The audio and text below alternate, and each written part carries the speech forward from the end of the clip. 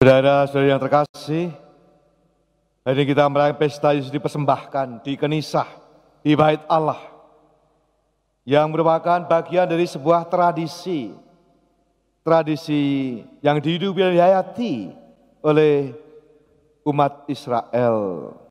Dan Maria dan Yusuf juga melaksanakan tradisi itu. Tradisi, inisiasi, edukasi, itu hal yang pertama. Inisiasi dalam tradisi Yahudi adalah 8 hari anak laki-laki disunat dan diberi nama, ya 8 hari. Dan hari ini adalah berapa? 40 hari setelah Natal, setelah lahir, yaitu dipersembahkan di Bait Allah. Dan lebih-lebih dikatakan anak sulung pertama harus dikuduskan, dipersembahkan untuk Tuhan. 40 hari kalau anak laki-laki. Dan di situ juga ada ritual, yaitu ritual pentahiran, pembersihan dari ibu si anak. Kalau sudah selesai 40 hari maka selesai kalau anaknya laki-laki. Kalau anaknya perempuan itu 80 hari, itu tradisinya dalam masyarakat Yahudi. Dan di dalam tradisi itu diungkapkan kesadaran penting bahwa anak dan segala sesuatu yang kita terima dari Tuhan adalah berasal dari kemurahan Tuhan, dan karena itu kita syukuri dan kita persembahkan kepada Tuhan. Itulah dinamika yang mau diungkapkan dalam tradisi ini.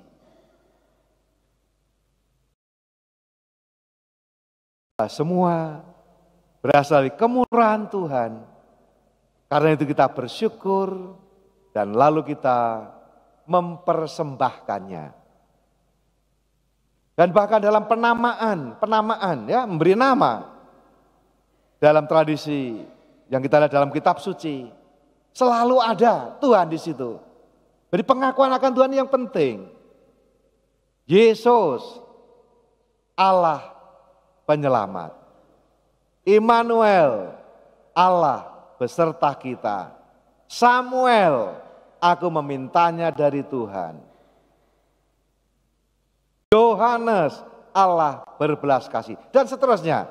Nah, pertanyaan Anda semua ya, kalau diberi nama anaknya, lu gimana cara Anda memberi nama anak? Apa asal yang ngetren lagi viral, maka ya udah diberi nama yang populer?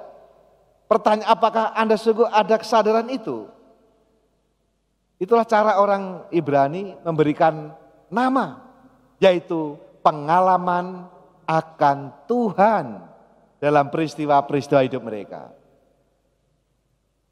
Dan setelah itu lalu dipersembahkan ya, diberi nama, dipersembahkan ke bait suci.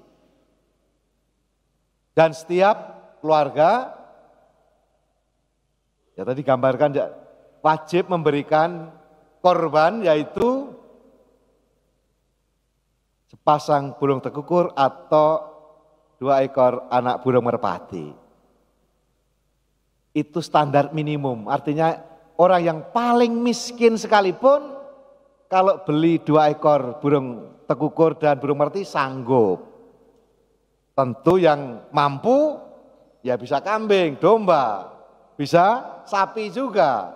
Tapi minimum setiap orang pasti bisa.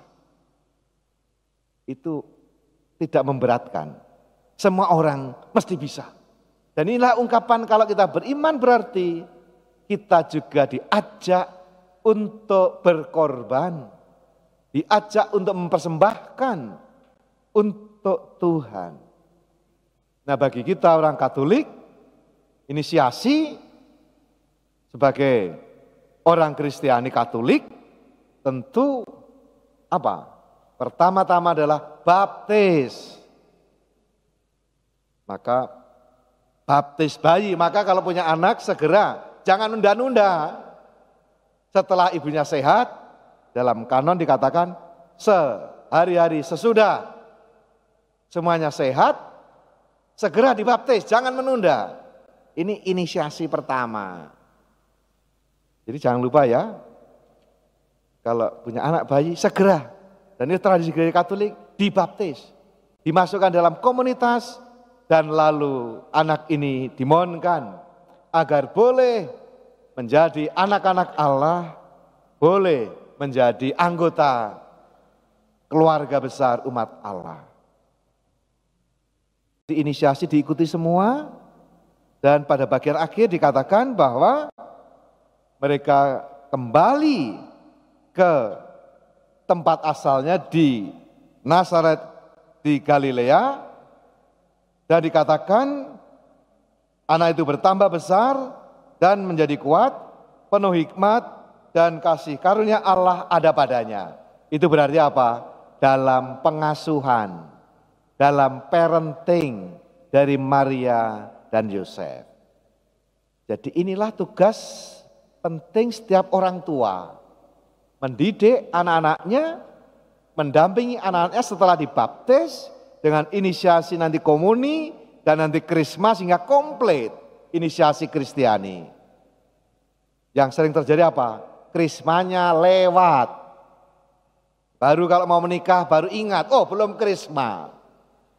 Jadi ingat ya Bapak Ibu, saya mengingatkan dari ini, inisiasi lengkap umat Katolik adalah baptis, komuni, krisma, baru jadi anggota penuh. Ya, orang tua saya ingatkan jangan sampai lupa. Biasanya yang terlewatkan adalah krisma.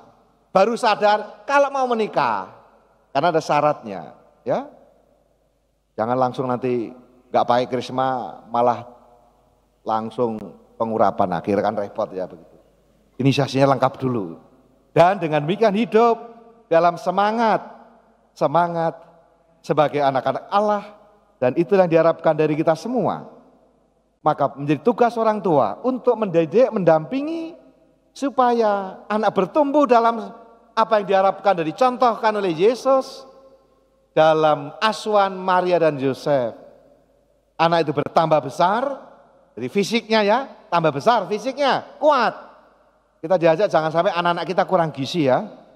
Jangan sampai stunting. Kita atasi secara maaf. Kita berikan gizi yang baik supaya badannya sehat. Bukan gemuk ya, gemuk gak tentu sehat. Badannya kuat ya. Banyak orang tua senang kalau anaknya lucu karena gemuk kayak Boboho itu ya. Enggak, jangan. Yang kuat. Tapi juga dikatakan penuh hikmat dan kasih karunia. Nah, ini. Penuh hikmat dan kasih karunia. Anak itu memiliki sungguh semangat yang kalau dalam KAJ, dalam tema besar yang kita bersama-sama dalam kunjungan Paus, yaitu apa? Semakin beriman, bersaudara, berbela rasa. Nah ini penting, karakter yang mesti ada dalam pendampingan anak-anak supaya mereka menjadi orang Kristiani, Katolik. Salah satu ciri dasarnya adalah, karakter dasarnya adalah imannya kuat, menjadi bersaudara dengan semua orang, dan ketiga adalah bela rasa. Secara khusus kalau di KAJ tahun ini apa? Ada dalam banner kita ini, perhatian lebih kepada mereka yang lemah dan miskin, mereka yang berkekurangan. Itulah diharapkan dalam pola asuh supaya semangat itu sungguh tertanam dalam diri setiap anak-anak kita. Yang kedua, hari ini kita juga diingatkan akan sebuah peristiwa yang sungguh indah. Perjumpaan 3 generasi. Yang belia, ya, bayi. Yang kedua adalah yang lansia, Simeon Hana, dan yang masih aktif, produktif. Kalau begini sehat. Sobat masyarakat sehat, kalau generasi mudanya ada, generasi tuanya masih hadir, dan generasi yang aktif dan produktif. Dan Paus Fransiskus mengingatkan, supaya kita sungguh memberi perhatian kepada mereka yang rentan, yaitu yang muda, belia, dan yang lansia. Bapak Ibu tahu apa bedanya lansia sama anak-anak? Bedanya apa? Tahu? Bedanya tipis, 11-12. Kalau anak-anak, bayi belum bisa apa-apa ya, belum bisa apa-apa, maka harus didampingi, dididik, dibina, diajari supaya bisa. Kalau lansia apa? Sudah mulai tidak bisa apa-apa ya, itu bedanya ya. Gak bisa jalan, sudah mulai jalan, pandangannya mulai kabur, nah itu bedanya tipis kan. Kalau anak-anak belum bisa apa-apa, harus diajari, harus dididik. Sementara yang lansia sudah mulai nggak bisa apa-apa, tetap harus disayangi. Ini yang diingatkan oleh Paus. Dan dari ada dua-duanya itu. Sebuah perjumpaan yang menarik, bahwa yang muda, yang generasi yang senior, tadi katakan menyambut dan menatang serta mengucap syukur pada Tuhan. Maka ini penting. Kalau generasi tuanya tidak menyambut yang muda, dan juga lalu bersyukur bahwa ada masa depan, ada harapan. Maka saya senang gereja katedral ini tidak, kalau nanti jam 11, waduh banyak anak-anak. Supaya apa? Anak diajak seusia dini mengenal Yesus, mengenal hidup menggereja. Saya lebih senang gereja katedral agak berisik karena ada anak-anak daripada gereja katedral ini sunyi senyap, hening, tapi nggak tahu anak-anak kemana. Karena bagi saya, kalau ada anak-anak, itu berarti apa? Ada masa depan, ada harapan. Dan ini yang harus kita pelihara. Lihatlah bagaimana Simeon menatang anak itu, menyambutnya dan bersuka cita. Dan lalu mengatakan, sekarang Tuhan perkenal hamba ini berpulang. Itulah generasi yang bijaksana. Pada akhirnya legowo, memberi kesempatan yang muda untuk tampil, untuk ambil alih. Dan yang tua, biarlah sekarang ini aku pergi dalam damai. Mulai menjadi menghilang. Dan itulah orang bijaksana. Kebijaksanaan hidup bahwa menerima saatnya, bahwa sudah saatnya untuk menarik diri. Banyak orang tua tidak bahagia, tidak happy karena masih pengen cawe-cawe. Kalau sudah lansia, berdoa saja. Biarlah yang muda mengambil alih dan berkarya. Anda mendoakan dan merestui saja. Jadilah, ini banyak, saya lihat ada banyak orang tua, ikutilah teladan Simeon dan Hana. Yang lalu sadar diri dan berikan kesempatan yang muda untuk tampil dan berkarya. Dan perjumpaan ini menjadi istimewa karena apa? Karena semua, baik Simeon, Hana maupun Bunda Maria dan Yusuf, Santo Yusuf, dituntun oleh Roh Kudus. Nah, mari kita jadikan bahwa kita semua, perjumpaan kita ini dituntun oleh Roh Kudus, sehingga kita diajak untuk selalu bersyukur. Dan setelah bersyukur, lalu kita mempersembahkan hidup kita. Harapannya setelah kita beribadah ini, kita juga dikuatkan untuk menjadi berkat bagi sesama. Maka dalam Fratelli Tutti, kita semua bersaudara. Paus Fransiskus memberikan suatu ungkapan menarik tentang ibadah yang benar. Begini, beribadah kepada Allah dengan tulus dan rendah hati. Menuntun kita bukan pada diskriminasi, kebencian, dan kekerasan. Bukan. Tetapi penghormatan kepada kesucian hidup, penghormatan kepada martabat kebebasan orang lain, dan pada komitmen penuh kasih bagi kesejahteraan bersama. Nah itu ibadah kita benar kalau begitu ya. Kalau ibadah kita membuat kita semakin memuliakan manusia lain, juga berkomitmen untuk mewujudkan kesejahteraan bersama, terlebih pada mereka yang kurang beruntung. Kalau begitu, hidup kita sungguh ikut serta boleh menjadi terang bagi sesama. Simbol tahun maskotnya tahun jubileum apa? Luce ya. Luce berarti kata lux, lucis berarti terang. Semoga dengan seluruh hidup kita, kesaksian hidup kita boleh dimanapun menjadi terang bagi sesama. Semoga Tuhan memberkati seluruh usaha-usaha kita, agar hidup kita semakin menjadi pujian bagi kemuliaan namanya.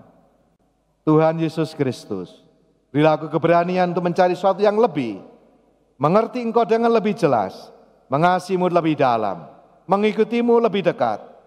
Tuntunlah aku untuk meraih yang terbaik, tidak hanya dalam jumlah, tapi juga mendalam. Tidak asal banyak, tapi menjangkau semua. Tidak hanya memiliki lebih, melainkan menjadi lebih di hadirat-Mu. Ajarilah aku mengerti apa yang dapat aku buat lebih banyak lagi untuk-Mu. Karena aku tahu, aku dilahirkan untuk perkara-perkara yang besar dan mulia, demi semakin besarnya kemuliaan Allah dan kebaikan bersama seluruh umat manusia dan segala makhluk di muka bumi ini.